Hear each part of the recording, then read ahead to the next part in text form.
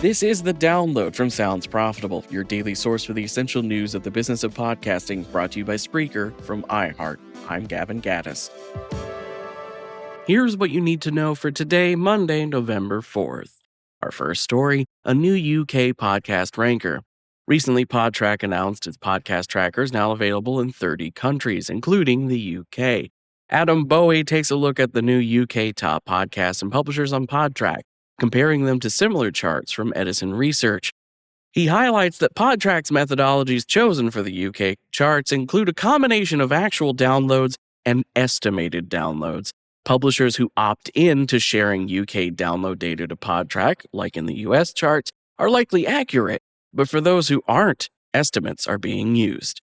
It's possible, Bowie notes, that there might not even be a way for third-party data to properly construct reliable UK charts in this way.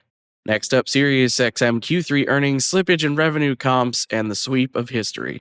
This piece from Rain Hill looks at the latest quarterly earnings from SXM Media, which reports $2.17 billion in revenue and $93 million in free cash flow. Overall subscription revenue reached $1.6 billion for the quarter, and advertising revenue reached $450 million for the quarter. Subscriber revenue represents a 5% drop year over year, and ad revenue is down 2% year over year. Finally, marketing executives believe deeper relationships and understanding influencers can avoid potential backlash in politics.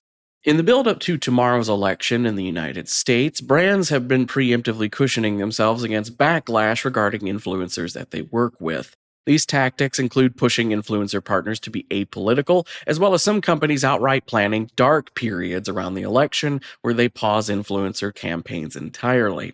6 influencer marketing and agency executives interviewed by Digiday propose it's nearly impossible to be entirely apolitical as a brand, so the more reliable strategy is to form a close relationship with a stable of well-vetted influencers, ones who can be relied on to have political takes that at least are in line with the brand's own missions and goals outside of their branded content made for the brand.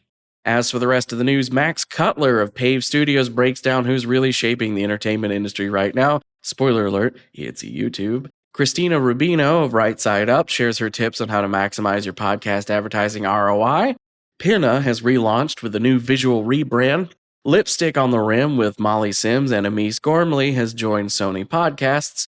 Ashley Flowers charts the rise of women in podcasting in a sponsored Adweek post. Music and streaming platform Qobuz is now the exclusive home of Pantheon Media's The Metallica Report, and HeadGum has acquired Why Won't You Date Me with Nicole Byer, and ad sales are managed by Gumball. Be sure to check out the links to every article mentioned right in your podcast listening app or at soundsprofitable.com, where you can also subscribe to the newsletter version.